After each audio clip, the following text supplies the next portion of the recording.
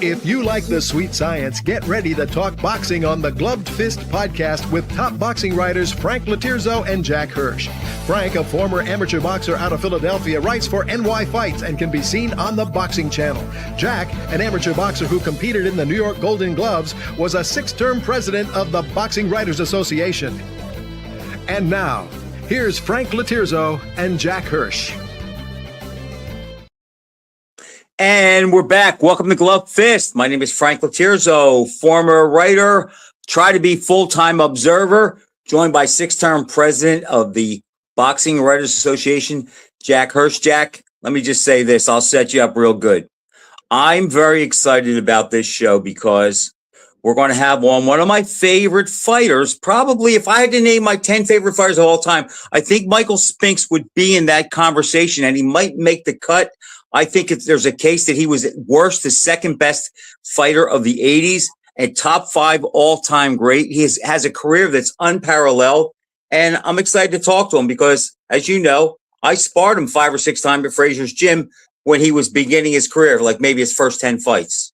Michael is coming on at 7:15 this evening, but because he has some technical difficulty, we're just going to hear his voice tonight. We'll have him visually on another time, but he is going to come on 7:15 tonight. I got to tell you something funny, Frank. I was on the Sirius Radio today, a show you've been on with Randy Gordon and Jerry Cooney today. Right. And something dawned on me when we have the introduction, and I, reading my own book, all of a sudden I'm cracking up laughing because in 1973, Jerry Cooney won the New York Golden Glove sub-novice division middleweight.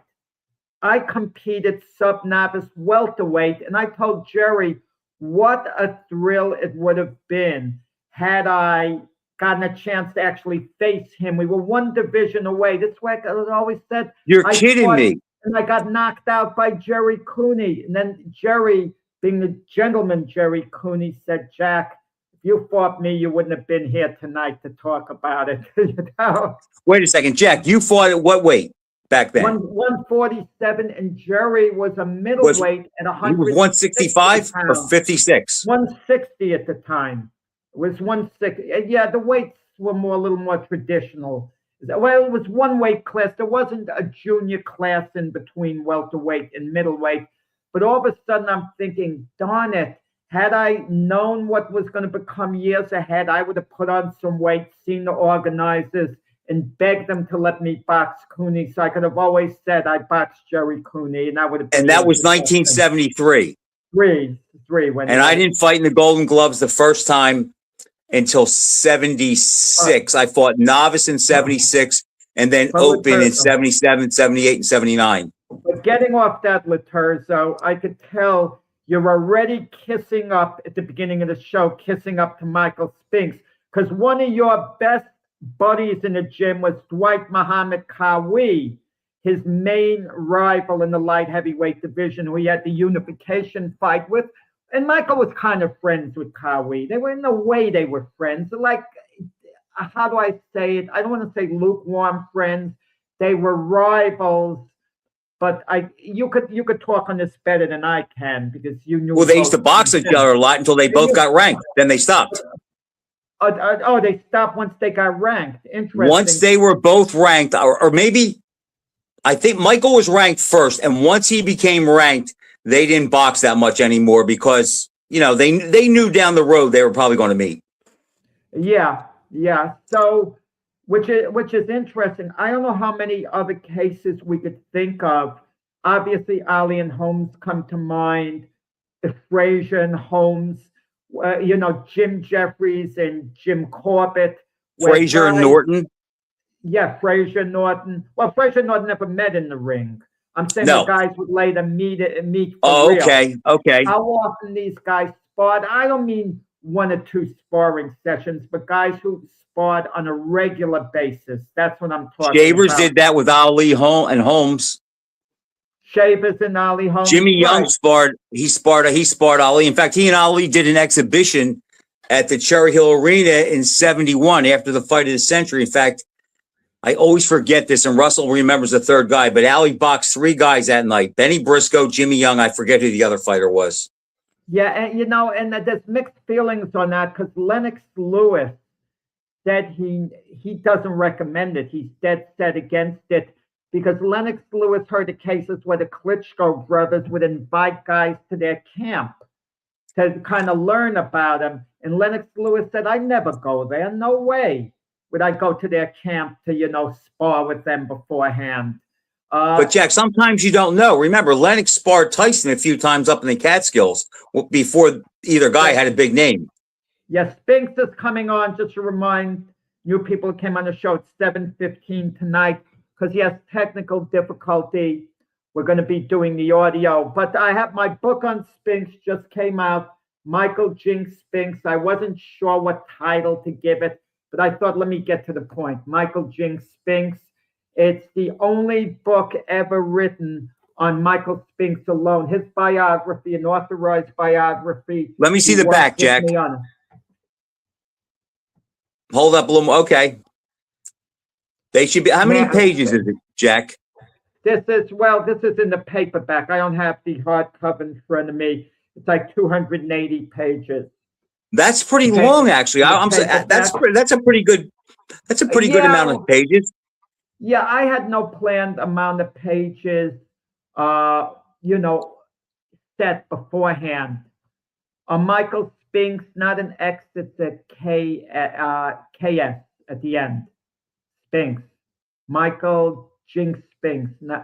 Okay, but regardless, everyone knows who Michael Spinks is. Jack, I have to say this on your behalf.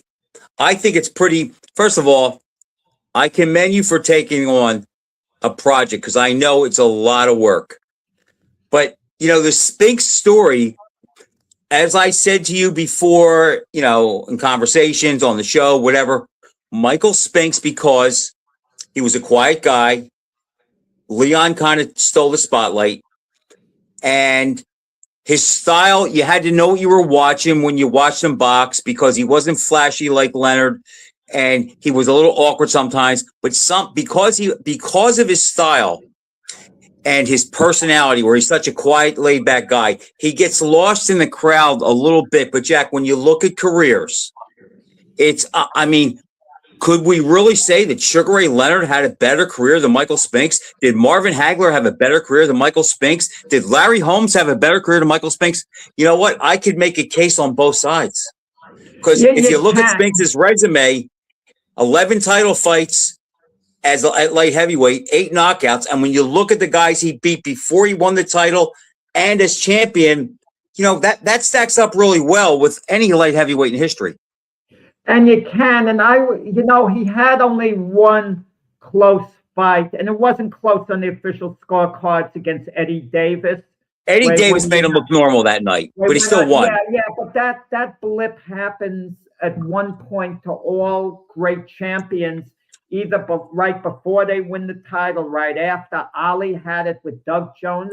Ali, considered the greatest of all time, won a very close decision over Doug Jones right before beating Sonny Liston. The 2 fights before that, and against Henry Cooper, he got knocked down and he was badly hurt, and it was the bell then rang. Who knows? The only difference, Jack, is that was way before Ali's prime, where Michael was in his prime when he fought Davis. But again, that is just a style matchup. We've talked about this before. Madrimov did, his style gave Crawford some problems. And you know what? Crawford, I think, clearly won the fight, but he didn't come away looking like an all-time great. Right. That was Eddie Davis's Michael Spinks' Terrence Crawford fight. What Madrimov meant to Crawford. Anyone watching Crawford with Madrimov is going to say Crawford would never beat Sugar Ray Leonard. He would. But Jack, every great fighter has those guys. They have those guys, absolutely. For whatever reason, they give them fits on a given night, and it happens with great teams. Frank, the most powerful teams have these games where they just barely get by against the team you think they would normally crush. It happens, but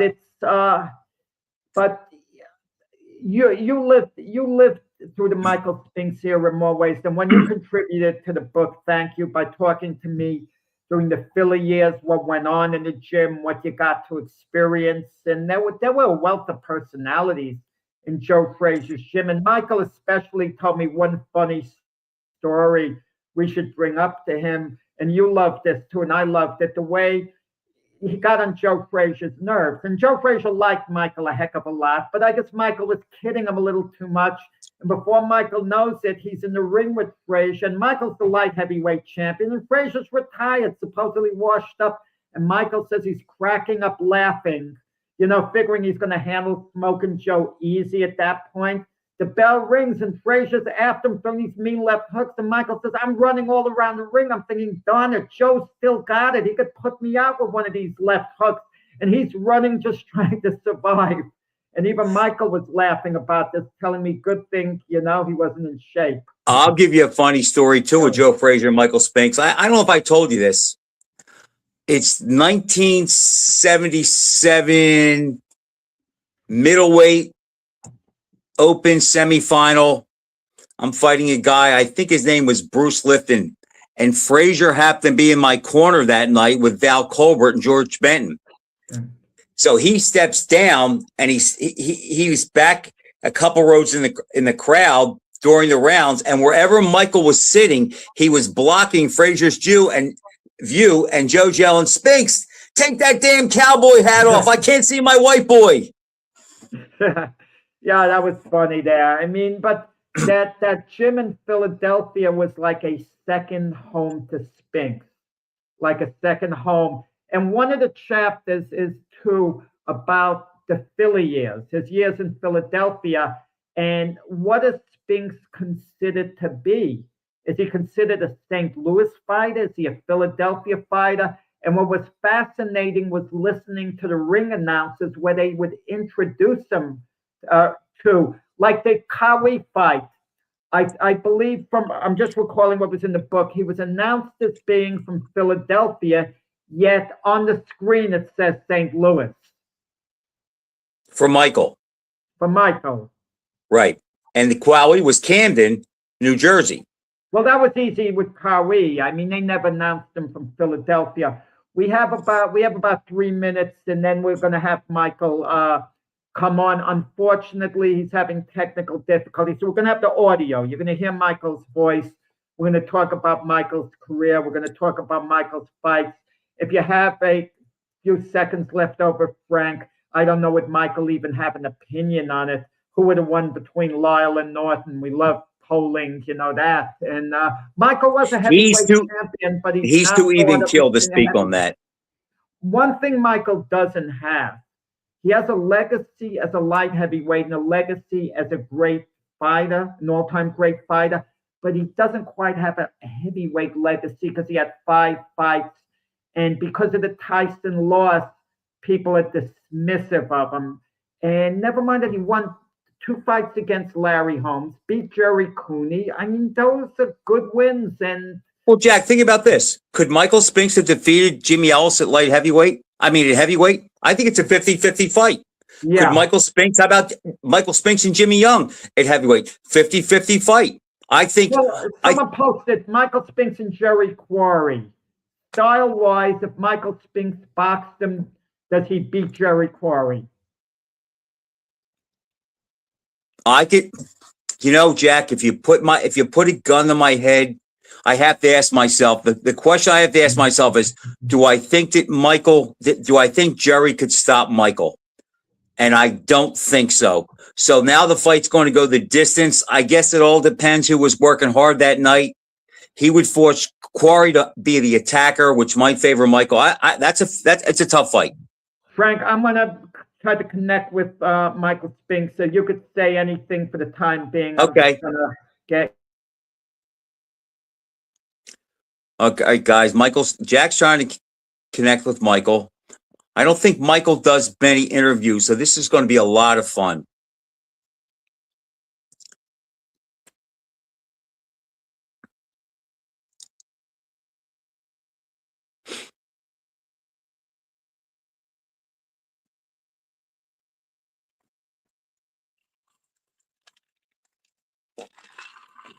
Waiting for all-time great legend Michael Spinks. Spinks Jinx. Jack didn't give me the word yet. I ordered the book, I think it was Wednesday or Thursday afternoon. I still didn't get it yet, but I ordered it through a friend of mine. They'll be back to me soon, I'm sure. I didn't pick up, but we had a 7:15. They're pretty dependable, so I should get a call at any moment. Jack, the only problem was I ordered your book, but I can't write a review because I am such a technical misfit that I have a book. This shows the review. I'm getting. Hold on, Frank.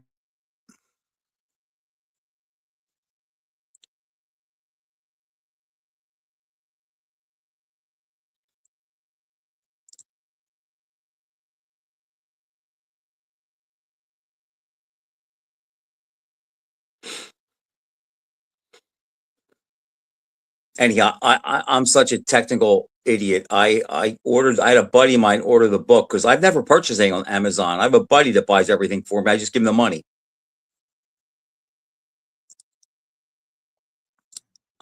Hello, Michael. Michael. Here he is. I'm putting him on speaker. Mike.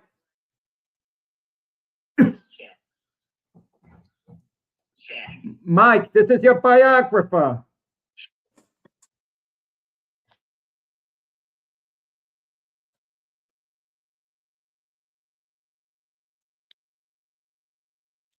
See that, Joe? We're a lot alike.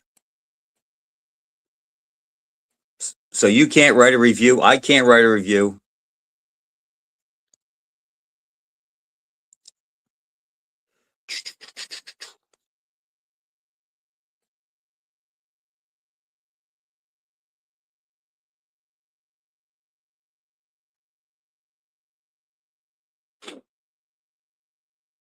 I think Jack's talking to Michael Spinks. Michael Spinks, title Michael Spinks, Michael Jinx Spinks on Amazon and Kindle. Okay.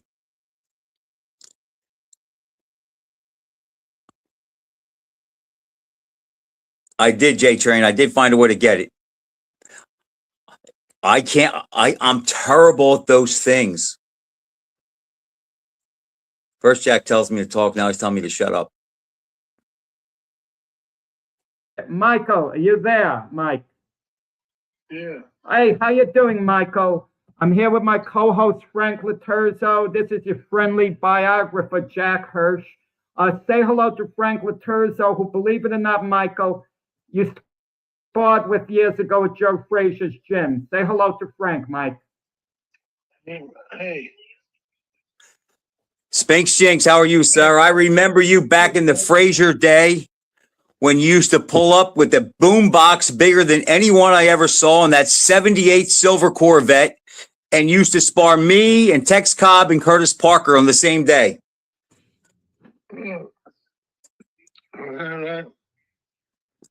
You remember those days?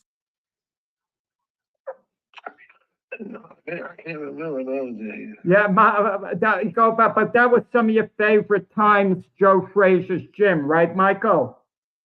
Huh? Okay, Michael, I mean, we were talking about you before the show. Do you think your career compared favorably against that of your Olympic teammate, Sugar Ray Leonard? Did you think you had a career about as good as Sugar Ray Leonard? Yeah. Yeah, you do think so. What would you say the highlight of your career was? I know when you talked to me for the book, it was a great thrill beating Holmes, Kawi, winning the Olympic gold medal. It was hard to pick one over the other. But if push came to shove and you were forced to pick one over the other, for today, you could change your mind tomorrow. Every day you could change your mind on it, but this exact second, which might you pick? Yeah. I don't think so. But which one was it? The Olympic gold medal, the light heavyweight beating Kawi? What was the greater thrill, beating Kawi or Eddie Mustafa Muhammad?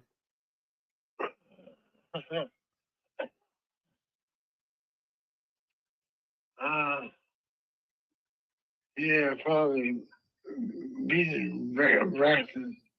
Yeah, I love the way you still call him Braxton because he was Dwight Braxton when you sparred with him. But I got to warn you, my co-host Frank Laterzo was good friends with Dwight Braxton back in the day. He probably was rooting for Dwight Braxton to beat you, but my buddy Frank Laterzo here thinks you're one of the greatest fighters pound for pound he's ever seen.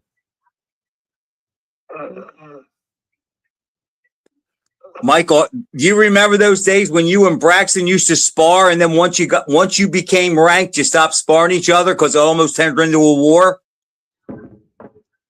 Yeah, I remember those days. Who used How about to get the best? Go ahead, Frank. Michael, how about the wars that Braxton and Jerry the Bull Martin used to have?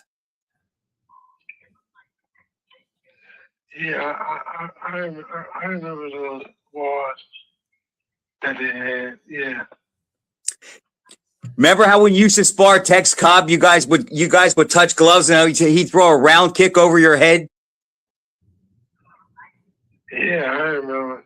Was that the Tex Cobb used to annoy you, Michael, with the way he'd throw kicks at you? Who was that? Randall Tex Cobb. Tex Cobb, was he your best friend in the gym? Yeah. But you guys were from like different backgrounds. So how did you guys get to be such close friends? Because Frank knew Tex Cobb really well, and the image Tex Cobb had, I'm not saying it was like this, is that of a redneck. That's the image he portrayed. And you guys were really close. Yeah, you're right. And okay, what about your brother Leon? Tell us something about him. Well, Leon's all right. We know Leon was all right, Mike, but tell us a little more about Leon. Who would have won a fight between you and Leon in your primes? You against Leon, if that ever had to happen. I probably would have beat Leon. You didn't tell me that for the book. You told me Leon would have beaten you. Now, that's what you said for the book. You told me Leon would have won, but now you're saying you would have won. So now you're starting to care, Mike, whether you would have beaten guys. Now, who would have won between you and Bob Foster? Had the two of you met, at your best? I'm not sure. Oh, that's being modest, not being sure. Okay, who would have won between, and this, Frank talked about this the other week, who would have won at their best between Larry Holmes and Smoking Joe Frazier? Who would have won a fight? I think it was Smoking Joe. You think Smoking Joe? Okay. Yep. He knew because Joe had this style. He would pressure Holmes, cut the ring off, work his body. Yeah, Joe had the style to beat a guy like Larry. Yeah. Yeah, he sure did. Who was your favorite fighter growing up?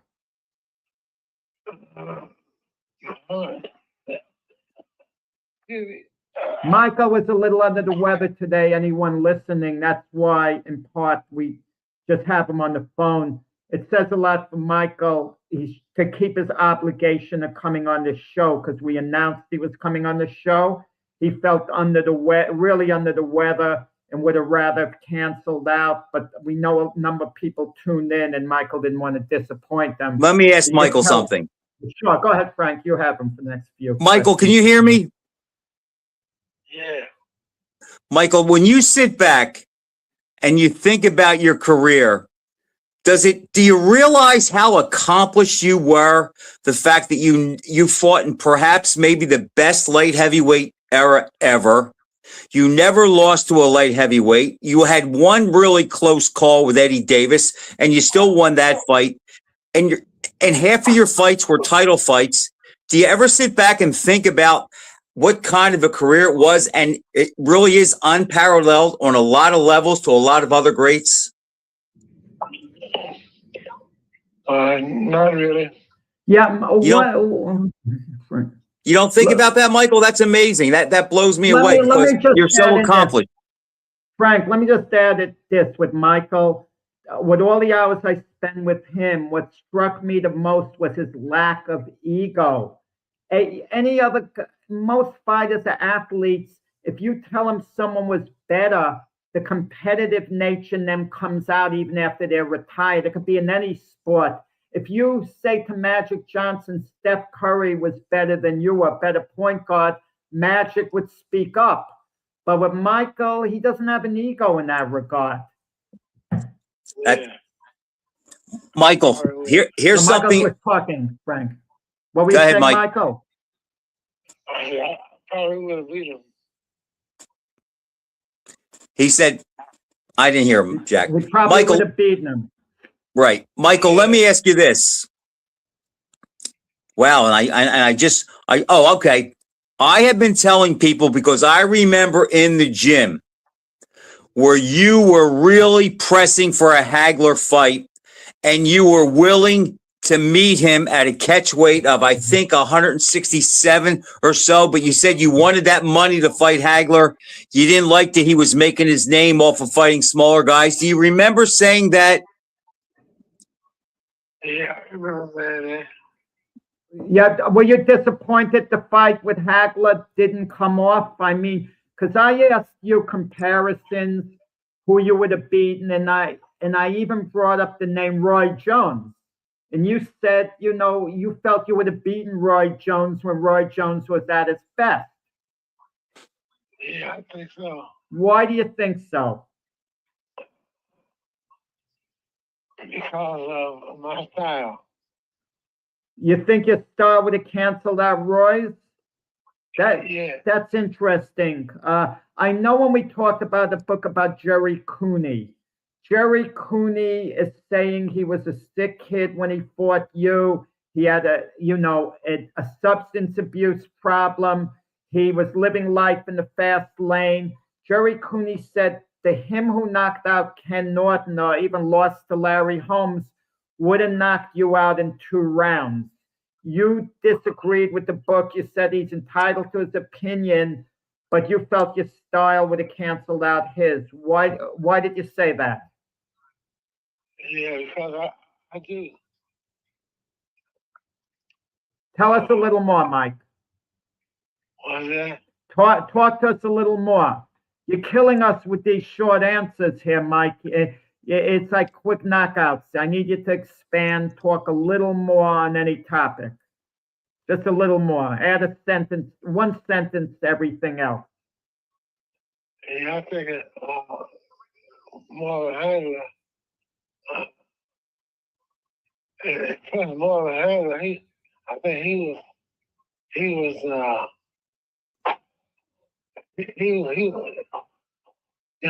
of a handler. I think my style would have beaten more of a handler. It would have beaten more of a handler, I believe. Well, Marvin Hagler basically was a counterpuncher. I mean, people think, who moved well, people think of him as a move forward guy, but Frank, you have anything? Yeah. Well, I think Michael's jab would have offset Hagler's, and I just think Michael could have gone into the trenches with him and won the exchanges because he's the bigger puncher. I mean, Hagler has a great chin, but I think Hagler would have been forced to break off the exchanges more. And I think Michael's, like you said, I think he would have shut Hagler's style down. Maybe it goes the distance, but I think Spinks' style would shut Hagler down. And if Hagler tried to push the fight, then he would play into Michael's hands. Now, Yeah, I think so too. Now, obviously, you were very close with Butch Lewis during your career, and Butch Lewis was also very close with Smokin' Joe Frazier. They were like inseparable. Who would Butch have been rooting for to win between you and Joe Frazier if it didn't affect him business-wise? Bush would have rooted for me. He still would have rooted for you. Okay. I think so. You remember the story you told me for the book with Smokin' Joe in the gym when he wanted to teach you a lesson at Joe Frazier's gym when you were light heavyweight champion and you had the gloves on and with him and you thought you were going to handle him easy and you were laughing about it. And then all of a sudden he was chasing after you with these left hooks and had you running all over the ring. you remember telling me that story? Yeah, I remember that. Yeah. What was going through your mind when Joe was after you throwing the left hooks? You were just trying to survive, right? Yeah. I Mike- believe that. I believe that. Michael, Uh-huh. Michael, one of my amateur fights, this was probably 1978. Joe Frazier was in my corner, and after the round was over, he sat down, and you happened to be at the fight, and he kept on yelling at you because the way you were sitting, he couldn't see. And he's there, Spinks, take off that damn cowboy hat. I want to see my white boy fight. And you started cracking up, and you took your hat off. Yeah. Now, when you fought Larry Holmes, okay, did you really think you were going to win the first fight? There's a difference between thinking you can win the fight and thinking you would win the fight. Yeah, I think I was beat Larry. But you thought you were going to win the first time, you fought him. The rematch was a controversial decision. It was, I mean, both fights were close, but there were a lot of people who thought Larry won the rematch. When you were waiting in the corner, for the decision to be announced after the second fight, I mean, what was going through your mind? Yeah, I think that my style was beat Larry. No.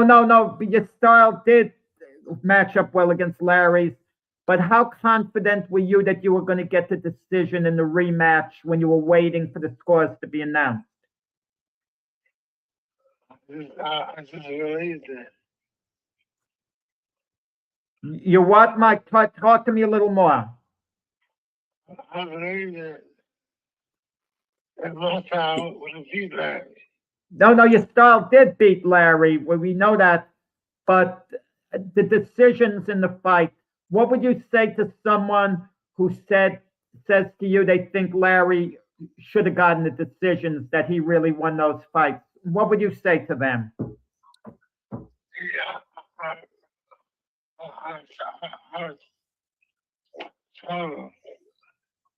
was Larry. Yeah, Michael is a little under the weather, and he was gracious enough to come on tonight. I want everyone to know. He was gracious enough to come on rather than cancel out. So we're just going to keep you on a few more minutes, Mike. No more than that. Frank, you have anything to ask? Why were you told Michael? You told Jack that your favorite times were at Frazier's gym in the late 70s. Why was it? Was it the atmosphere there, the competition, the camaraderie with the guys, or it was just a great time of your life? What was it about that so much?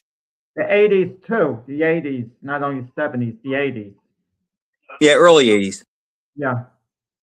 78 to 85.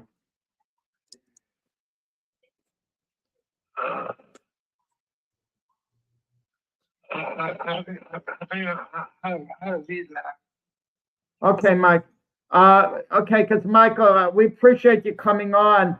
I know you would have preferred not to tonight because you're really under the weather and just wanted to fulfill your obligation. So we don't want to torture and keep you on any longer, unless you have one last thing to say. To Frank Laterzo, wait 1 second, Michael. Frank and myself argue this all the time. Who would have won a fight between Ken Norton against Ron Lyle, the two of them at their best? Who would you have picked? Because those guys came just a little before you did. Yeah, Ken Norton would have beat him. Oh, you're saying Ken Norton would have beaten Ron Lyle? Yeah. Frank, you want to say anything to the champ about that? Who's told you Ken Norton would have beaten Ron Lyle, and he said it unhesitatingly. I think he's wrong, but he also said Frazier would beat Holmes, and I agree with that. Oh, okay. Okay, Michael, I hope you're satisfied with the book, that we worked on together. It's your official biography, The Spinks Jinx, I mean, the only book ever written on you. And I appreciate you giving me the opportunity to be a biographer. And I hope it did you justice. I'm pretty sure it did, telling basically a life story, things that went on behind the scenes. And I appreciate the way you open up about things. And anyone who wants the book could get it through Amazon, Barnes and Noble, Kindle, however. Okay, so Mike, we're going to let you go. We want you back another time when you're up to it, when you're not under the weather. I knew you were under the weather for this show. That's why we only had your voice on. But we appreciate you coming on, even though we know how tired you are now and what a struggle it is to come on today. So thanks a lot, champ. Okay, I'll see you. We'll be talking. Take care. Bye. Okay, good. Okay, bye-bye. Okay, Frank. Sometimes I wonder, is it better to let someone cancel out and not come to the party as opposed to making an appearance? Because I know you made a post, Frank. Thank you, Lord. We'll get that. Leave that up a little while, our producer, and we'll get to that. Oh, you can't count him. He's a Ken Norton cheerleader. That doesn't count. No. I just want to say, Jack, he thinks Usyk's the greatest heavyweight of all time. Do you agree with that? We are going to get, wait, let me just finish my last sentence and then you'll have the floor. William and Paulie agrees. Wow. But Michael, I knew was under the weather. He really was. And he wanted to cancel out. And I said, is there any way you could come on? I spoke to his rep because I know you posted and I know people are going to be listening and they'd be disappointed. So we got him. He was really tired, fatigued here, Michael. We got a little out of him. We got him to say that Smoking Joe would have beaten Larry Holmes at their best. And he should know. I mean, he was saw Frazier all the time. Of course, he fought Holmes a couple of times. But then he said he thinks Norton would have beaten Ron Lyle. That doesn't count, Jack, because Norton is probably fresher in his mind than Ron Lyle is. Wait. Ron Lyle had the biggest fight of his career, or one of the biggest, was 76. 75, right. Ali, 76, Foreman, and Michael was in the 76 Olympics. So Michael wasn't thinking about Ron Lyle back then. He wasn't thinking about him. You can't claim that as a win, Jack. Okay, you look, you have one guy in your corner, Pom Lehman Paulie. That's it. Lyman Paulie knows his stuff. I mean, that's undisputed. We asked Michael and but what I liked about it, Michael didn't hesitate. The words just came right out. You know why, Jack? I'll bet you he saw Norton fight 20 more times than he saw Lyle fight. But it doesn't matter. He's allowed to think what he wants. It's not a big deal. Jack, here's the thing that stands out in my mind a little bit. And it's great that you did the book. But I think this is something that other writers can take. Yeah, right, Lehman. Okay. Mm-hmm. Yeah. What planet? Jack, you do know I did a post on that, and nobody agreed with you on Lyman. Nobody. Brian, our producer, I'm telling him to give Lyman Paulie unlimited say going forward.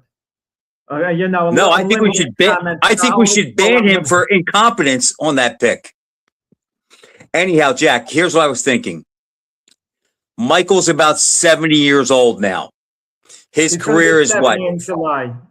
He'll be 70 in July. Okay. Yeah. So that's, to me, he's 70 years old. Okay. Yeah, okay. And he hasn't fought since 1988. So that's almost 40 years. I wish you could have got to him a little sooner, because what I have found with these guys, Jack, all the years go by. And as we can see with Michael Spinks, I really believe him when he says he doesn't think about how accomplished his career was. I mean, if that were me and I could sit back in my easy chair and I could say, I never lost a fight at my original weight, my best weight. I was the first reigning light heavyweight champ to beat the reigning heavyweight champ, who not only was the reigning heavyweight champ, is an all-time great. And basically, I lost the last fight of my career when I was kind of looking for a payday, and I came up against a guy who was in his prime. Wrong style for me. not a big deal. But when you think about it, Jack, how many guys can say what Michael Spinks can say? I never lost at my ideal weight. I'm 11-0 in championship fights at light heavyweight. I'm 14-1 overall in title fights. Half of my career were title fights. I could box, I could punch, I could move. Never stopped at my best weight, and during one of the best eras ever. Yeah, and I do a comparison at the end of the book, the last chapter. The last chapter of the book, I'll be honest, is fantasy land, and I put down. Well, you love that, Jack. You do love that. No, but I'm playing devil's advocate. So what I did, IBRO, the International Boxing Research Organization, they rate Michael Spinks the 6th greatest light heavyweight of all time.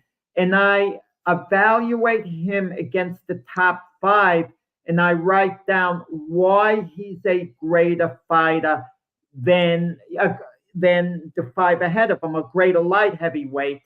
And one of them, for example, is going to be like Sam Langford, for example. And I put down the reason simple. Langford wasn't, exclusively a light heavyweight. Nat Fleischer rated him as a heavyweight. So that kind of eliminates that. I compare him to Archie Moore, who had the same number title defenses, but Archie Moore's was over a few years more. And one of Archie Moore's fights against Yvonne Durrell, he came desperately close to losing that one, 2 knocked down, 4 times in the first 2 rounds. And I'm just playing devil's advocate. Why comparing him as a light heavyweight to Gene Tunney, putting down, well, Spinks could hit a lot harder than Tunney, a lot harder puncher with the right hand. And it's just playing devil's advocate. That's the only chapter that doesn't exactly deal with reality. It's like playing a game in a sense. You can move things around how you want. I have IBRO's ranking in front of me right now. Okay, so I want to see who the guys were they had ranked above Michael Spinks at light heavyweight. Okay, they had Archie. They had Ezra Charles #1, Archie Moore 2, Gene Tunney 3. Langford 4, and Foster 5. Okay, let's go down the list. Ezra Charles is one of the few guys, Jack, who probably fought even more great fighters than Michael Spinks. He won the heavyweight title. He could box. He could punch. He was durable. He had a lot more fights than Michael. I mean, if you're going to tell me that Michael Spinks ranks ahead of the Ezra Charles ranks ahead of Michael Spinks, I'm not going to have a problem with that as a light heavyweight. Okay, the only problem is he never won the title. That was part of it too, what I write in the book here, taking a look. Wait, let me refer to my Ezra Charles. I'm looking at Archie Moore first. Let me get to Ezra Charles. Here goes. I'm putting down at the end to sum up. So what makes Spinks a better light heavyweight than Charles? And what I write in the book, I'm reading directly. He was slightly steadier, if less spectacular. Spinks could hit harder for one punch. The Spinks jinx, right hand parentheses, packed more power than Charles's punches. Charles had a couple of fights too. After beating guys like Charlie Burley and Joey Maxim, in his prime, he lost back-to-back fights to Jimmy Bivens and Lloyd Marshall, too. But they fought so much, these guys. But he also beat those guys, too, Jack. Right, exactly. Charles was great. I mean, Charles is one of the all-time greats, but I'm playing devil's advocate. How do you think that? Okay, so if you're going to go on accomplishment, that's pretty close. I mean, Spinks did win the title. Charles never got a shot at it. But if you're going to go head to head, I think that's a pretty close fight. Yeah, but I'm going to tell you something that's interesting with IBRO. Yeah, I'm only talking within the division, because if you look at the guy who's a couple of spots behind Spinks as light heavyweight, it's Harry Greb. Am I correct? At number 8? Harry Greb is number 9. Spinks is number 6. 9. No one rates Harry Greb really as a light heavyweight, but he fought a lot of light heavyweight. We think of a middleweight in Harry Greb, right? No one thinks of him as a light heavyweight. And But he beat 5 or 6 light heavyweight champs, Jack. Right, exactly. And But, 4 heavyweight champs. Yeah, exactly. So you were going to, Archie Moore's kind of intriguing. Same thing. Moore made about 10 defenses, won the title late. I mean, his resume is unquestioned too. It's like if Michael Spinks fought everybody Archie Moore fought, would his record be any different?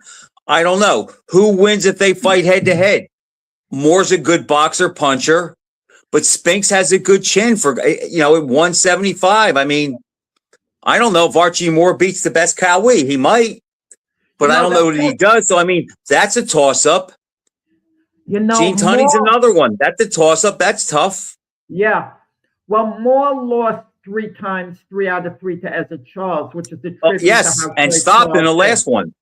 Right.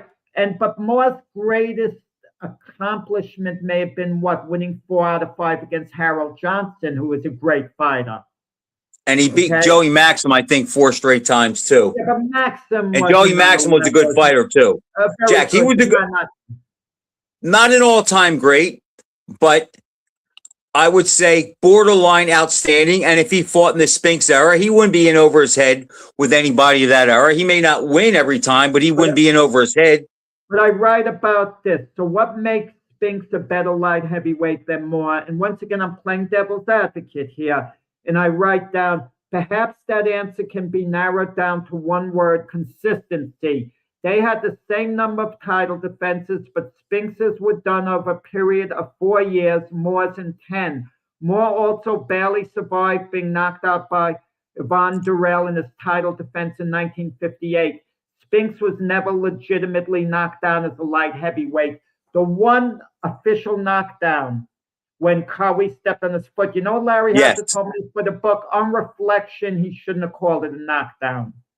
He shouldn't have called, and watching the tape of the fight again, after Spinks went down, he didn't jump up immediately. And that kind of gave Hazzard the green light to start counting. And it wound up being a knockdown. These one knockdowns in the career, we sort of have a Marvin Hagler, Juan Roldan getting kind of pushed down. Mayweather took a knee against I forgot the guy's name. Not Carlos Hernandez was the name. And Zab Judah should have been credited with a knockdown too. That was a legitimate knockdown. Right, and they didn't call it. Correct. I'll tell you the guy that gives Spinks trouble, Jack, and he's ranked under Spinks, and I don't know if he wins, but if you look at his record, and it's another Philly guy, does Michael Spinks beat Tommy Loughran? I mean, I don't know. Maybe, could be, possibly. I don't know, but see, that's the thing with Spinks. That's why he's so high, Jack, because he has the accomplishments and he has this style. If you look at everybody on this list, Billy Conn, Greb, Jones, Fitzsimmons, Harold Johnson, John Henry Lewis, all those guys, he does have a way to beat them. And people forget, if he outboxed Larry Holmes, and he definitely outboxed him the first fight, who on that list is he in over his head against? Yeah, but the problem, Frank, is, and I've been guilty of this myself, when I've asked people who they think would win against so-and-so, they say you can't judge different eras. And it's very hard to do. Spinks only had 32 fights. Had he been fighting 16 were championship fights, Jack. Half his career was 16 were title fights. Could I tell you something that evens things out? And you never hear the old timers talk about it, about old time fighters. I mean, they did not have the amateur background that the guys later on would have. You take a guy like Vasily Lomachenko, who reported 300 amateur fights. Golovkin, the same thing. The Bachelor, the same thing. So they, in reality, have fought just as much as the old timers did if you count the amateur fights. And these great amateurs are fighting other great amateurs in international competition. So, but we tend to only look at pro fights and say, oh, the old timers, they fought 150 times compared to 35. And Jack, there is something to be said for that, though. There is something to be said for that. But the thing that makes the comparison to me a little easier. Now, some guys are going to go, well, we don't have same day weigh-ins. But in 1954 or 1934, a light heavyweight was still 175 pounds, just like it is in 2026. Where the real difference comes in is the heavyweights. Tyson Fury, 270 pounds. Ali never fought somebody 270 that could box. Yeah, but consider this: Usyk beat Fury twice. Right, and that looks good. Right, exactly. That looks good, and that's what makes Usyk stand out, Jack, because he showed at 225 he was capable of beating an awkward boxer, mover, durable guy like Fury. He was a little less than that, as I recall. Well, we're only a couple of pounds. And then he beats a puncher like Joshua and Dubois, who were, 240, 250, and they were big guys, big punchers. So he showed that it doesn't matter who's in the other corner. He can adapt to their style. To me, Usyk is in trouble against swarmers that work the body, that come in low. Frazier, Tyson, and Marciano, guys like that. Yeah. And Lehman Paulie knows it, but won't admit it. Yeah, and I write comparing him to Gene Tunney, and I write down what makes Spinks a better light heavyweight than Tunney, and I write down dominance. Spinks was more dominant in his victories than Tunney was in his, and in Tunney's series of fights against the great Harry Greb, he enjoyed a healthy weighted advantage, which was never the case with Spinks against any of the opponents he faced. Tunney had a respectable record of stopping opponents inside the distance, but was never regarded as a hard puncher. Spinks' power was superior. He could take an opponent out with a single punch, something Tunney was never known for. And if you need an example of Spinks' power, look at the Marvin Johnson fight. He had a lot of those. And let me tell you what Marvin Johnson did after getting knocked out by Spinks. He wins his next 16 fights and wins a world title. So he knocked out a peak Marvin Johnson with one shot. He won the title. One shot before he won the title.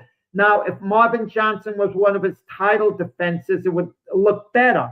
But what's the difference when it took place? See, it was Jack, that's very and impressive. He beat a very, very good on top of his game Eddie Mustafa Muhammad. I mean, and if I recall right, he lost the first 4 rounds of that fight, and then he came on and basically swept the last 10. Oh, no. In the first fight, I had Mustafa Muhammad up 6 rounds to 4 after 10 rounds, 96-94. Right. Spinks won the last 5 rounds and knocked Mustafa down in round 12. Right. With a right hand. Yeah. So, Jack, but that's my case. Eddie got out to a really early lead. So after 6 rounds, you had Mustafa ahead 6-4, and that's what I'm saying. I think he won the first 4 rounds, and then Spinks figured him out and came on. And you know what else he doesn't get credit for, Jack? People don't realize to this day, and I'm not just saying this because I used to spar him and I drove him to the gym sometimes, and we used to run sometimes. They don't realize what a beast Qawi was. And when he fought Spinks, he was shredded, in great shape, and knew that was a legacy fight for both of them. And Michael outboxed him that night. I mean, who else could have boxed Qawi the way Spinks did that night? Because that was the only way he was going to beat him. Even though he might be the single shot bigger puncher, he was not going to beat him in a slugfest, because that's how Dwight fights. But I don't think Spinks' back hit the rope 5 times in that fight. The way his foot movement, the way he danced and circled and just controlled it with the jab. He was masterful that night, and he had a lot of things on his mind going into the ring. Yeah. For the people who forget, his common-in-law wife got killed in an accident a couple of months before the fight. So that had to be rough to go through the training and all that. This is an interesting thing, Frank. People don't realize, and I talk about it in the book. Spinks lost 1 fight. He wasn't offered a rematch with Tyson, understandably so. No one wanted to see a rematch. Spinks feels he would have lost the rematch to Tyson, he told me for the book, but he feels he would have done better. He wouldn't have been wiped out quick. He would have known what to do to keep away from a more been in better form, but he feels, Tyson would have beaten him in the rematch. He was telling honestly, but he wasn't offered a rematch the way other heavyweight champions were, like Floyd Patterson with Liston, who suffered a similar defeat. But the three guys he won his titles off, they were all offered rematches, and the only one who took it was Larry Holmes. They had a second fight. Mustafa Muhammad, they had the problem in the scales for the rematch. It was canceled the day of the fight. I write a whole chapter on that. And Dwight Muhammad Qawi was in training for the rematch in Reno and pulled out, like 3 weeks before because he had an injury. Because Qawi also felt he went, and I want your opinion on this, into the first fight. He had a cold. Physically. And he said he had a cold. Yeah. And Qawi couldn't stand Spinks promoter Butch Lewis. Lewis visited the gym that Qawi was training at, and Qawi kicked the spit bucket and got it all over Lewis, for showing up. And I also interviewed Rock Newman. He's known as Riddick Bowe's manager primarily, but he started Qawi. Right, and he also worked for Butch Lewis, so he knew Michael Spinks really well, too. Qawi, Jack, is a guy, and look, I like Dwight, but the two guys that he had the hardest time with, and if you think about it, they're the two guys that beat him in his biggest fights. He always had an issue about the Spinks fight, and he swears that Evander Holyfield cheated in both their fights. He never accepted that. Yeah, he said Qawi said that Holyfield was on roids in the second fight. He goes, his punch was twice as hard in the second fight compared to the first fight a year and a half earlier. Well, we've heard enough people, talk that way in regards to Evander. I can't comment on that. Right, and you know how fighters are; they can justify anything. Tyson, Spinks went on Vlad TV, and he was talking about Tyson being on steroids, and he meant that he heard all the talk about it, and he gave an official statement for the book as far as Tyson, being on steroids, so on. Jack, think about this. Here's how I compare the Tyson-Spinks fight. To me, that is Bob Foster and Joe Frazier. It was a bad style matchup. Joe Frazier mutilated Foster. Foster went 8 rounds with Ali. Tyson mutilated Spinks, but yet probably got the better Holmes in the 30 rounds they fought. It's all styles. But this is a funny thing. We agree Spinks never could have beaten the best version of Tyson. It wasn't a good style matchup. Can you imagine Bob Foster had to fight Joe Frazier every month for years, and Spinks had to fight Tyson every month for years? Who's going to break through first and win? Probably Spinks with Tyson would get a decision sooner than Foster with Frazier. Yeah, probably, yeah. But what's interesting, too, he knew, when Michael was talking about Holmes, for the book, he thought Holmes was a great, great fighter, and he thought Holmes's jab was absolutely awesome. He told me it hurt him, that jab. It was hard. Holmes's jab wasn't only quick and snappy. He was telling me it was hard, the Larry Holmes jab. Did he ever say, Jack, that he wanted to get revenge because of the way Holmes beat Leon? Yeah. He did. He said it wasn't so much personal that he disliked Larry, but he wanted to get back at him, for beating his brother. So that was kind of a motivation. Michael said that if he and Leon fought, he would have beat Leon. Michael's clearly the better fighter. For the book. He did not say that for the book. Just the opposite. He told me Leon would have won. I think so too. I think Leon actually had the style to bother Michael. Even though Michael was clearly a better fighter. His brother Leon, we only have a minute, but Leon is his idol. His own brother is his all-time favorite fighter, Leon. Yeah. Jack, Leon was rushed. It's a shame because the night that Leon fought Ali, there were probably 6 heavyweights in the world that could have beat Ali that night. But Leon got the shot, and because he beat the man, he was elevated to a status that he wasn't ready for. In the ring and out of the ring, and he basically came apart after that. Yeah, good analysis, Frank. Okay, a lot of fun, Frank. We'll see everyone next week. Good show like normally. like normal. All right, guys. Thanks for watching. We'll catch you next week. Jack, I hope my I don't mute when we go off the air. See you guys later.